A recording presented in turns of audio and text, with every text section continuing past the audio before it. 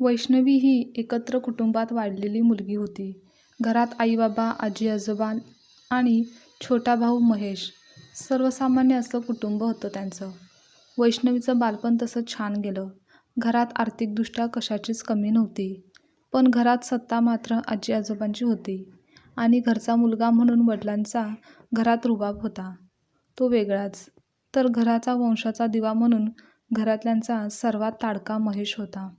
आणि घराची सगळी जबाबदारी, कर्तव्य मात्र वैष्णवीच्या आईवर होती, कारण ती एक गृहिणी होती.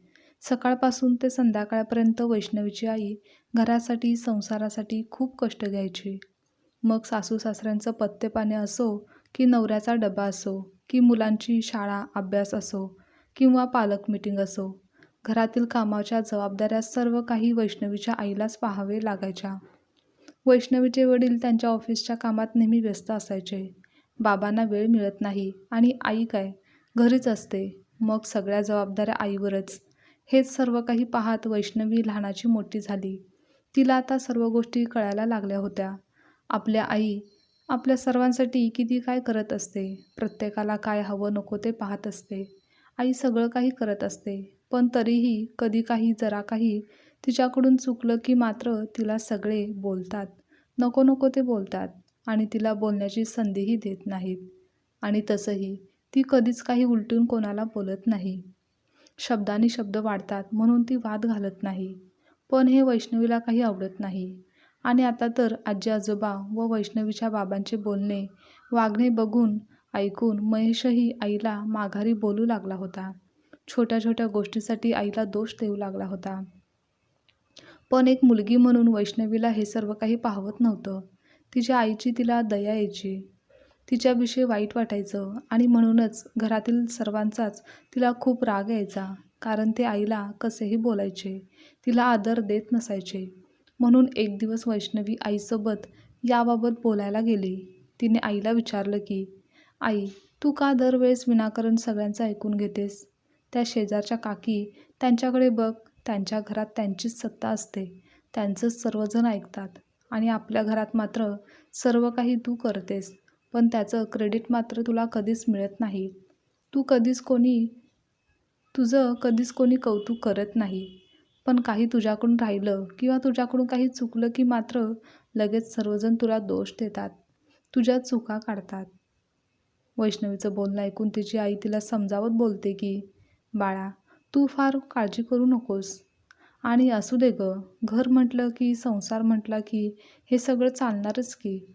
एका घरात 4 वेगवेगळ्या स्वभावाची लोक एकत्र राहतात म्हटल्यावर थोडंफार मागंपुढं होतच राहतं. आणि तुझे बाबा जर या घराची आर्थिक बाजू सांभाळत आहेत, तर त्यांची पत्नी म्हणून मला इतर जबाबदाऱ्या, कर्तव्य पार पाडायला हवं ना.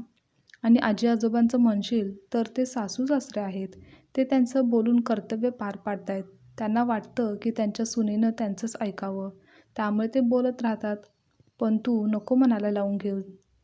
त्यात मी खुश आहे, समाधान आहे. आणि मला आता लग्नाला इतकी वर्ष झाली आहेत. या घरात येऊन मला कितीतरी वर्ष होऊन गेली आहेत आणि मला या सगळ्याची आता सवय झाली आहे. काळजी तू करू नको. आई, काय गं तू अशी गप्प बसतेस? अशी कशी आहेस तू? आणि दरवेळेस समोरच्याचं ऐकून घ्यायला पाहिजे का? तू ही थोडी बोल की. मला नाही आवडत जेव्हा तू सगळ्यांचं बोलणं ऐकतेस, शांत राहतेस. आई, तू जगातील सर्वात चांगली आई आहेस. तू मला खूप आवडतेस. तू प्रत्येक नातं जपण्याचा प्रयत्न करतेस. पण बाबाही तुला किती बोलतात. पण तुझा हा गप्प स्वभाव मला आवडत नाही. स्वतःसाठी आवाज उठवायला हवं, नाहीतर मग लोक गृहीत धरायला लागतात. हे बघ बाळा, मी जेव्हा माझं लग्न तुझ्या बाबांसोबत झालं आणि माप ओलांडून मी या घरात आले, तेव्हा माझ्या आईने मला एक कानमंत्र दिला होता.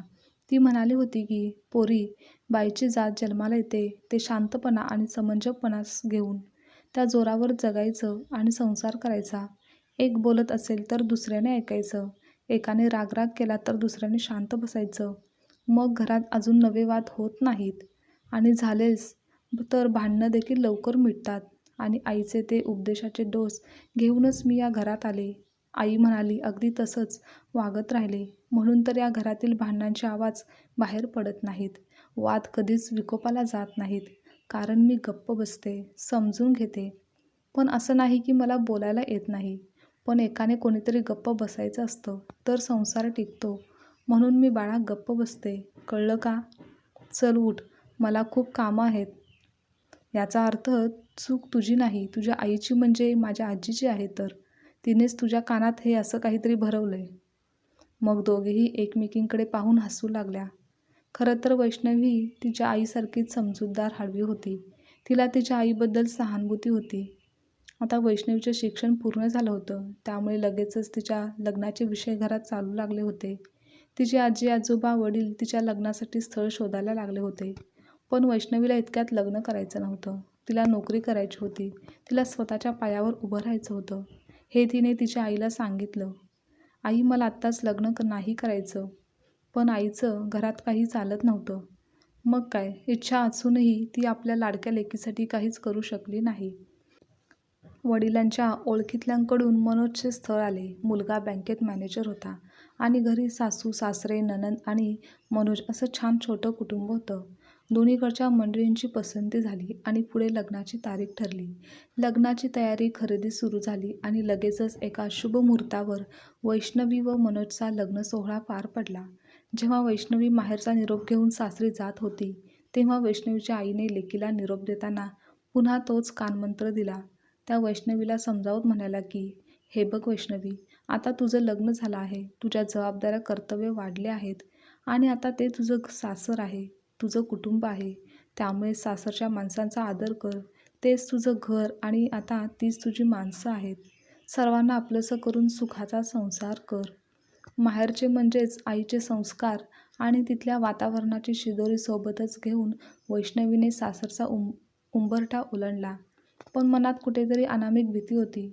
नव्या नवरीची नवलाई मनावर भीतीचं सावट आणि काळजी घेऊन तिने गृहप्रवेश केला. सर्वांच्या आग्रहाने एक छान उखाणासुद्धा घेतला आणि ती आतमध्ये आली. पण नवीन लग्न, सासरची माणसं कशी असतील, कोण कसं वागेल, कोण कसं बोलेल याचे थोडे दडपण वैष्णवीच्या चेहऱ्यावर दिसत होते. तेव्हाच सासूबाईने तिच्या चेहऱ्यावरचे भाव ओळखले. पण फार काही न बोलता घरातल्या देवांचे त्यांना दर्शन घ्यायला लावले आणि वैष्णवीला जवळ बोलावून तिला आधी कपडे बदलायला सांगितले. वैष्णवीच्या सासूबाई बोलल्या, तू सकाळपासून दमली असशील या भारी साडीच्या ओझ्याने. जा, जरा फ्रेश हो आणि दुसरे कपडे घाल, म्हणजे तुला थोडं हलकं वाटेल. वैष्णवीला तेव्हा सासूच्या या प्रेमळ शब्दांचं आश्चर्यच वाटलं, कारण तिच्या माहेरी सासू सुनेचा असा प्रेमळ संवाद तिने कधी ऐकलाच नव्हता. वैष्णवी आपल्या सासूला हो बोलून कपडे बदलण्यास गेली आणि काही वेळाने ती कपडे बदलून बाहेर आली. तेव्हा सासूबाई बोलल्या, अगं हे काय, पुन्हा साडी का नेसलीस? ड्रेस घातलास तरी चालेल की, आता कोणीही बाहेरचं येणार नाही, असं सासूबाई प्रेमाने म्हणाल्या.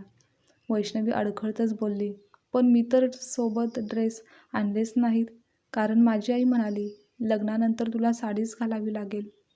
त्यावर वैष्णवीची सासू आश्चर्याने म्हणाली, अगं आपल्याकडे असं काही नाही, तुला जे आवडेल ते घाल आणि ड्रेस आणला नसशील तर तुझ्या नंदेचे तात्पुरते कपडे घाल, अर्थात तुला आवडत असतील तरच हां. मग वैष्णवीने नंदेचा ड्रेस घातला. सकाळपासूनच्या दगदगीने ती पूर्णपणे थकून गेली होती. ड्रेस घालून फ्रेश झाली. आता तिला फारच बरं व हलकं वाटत होतं.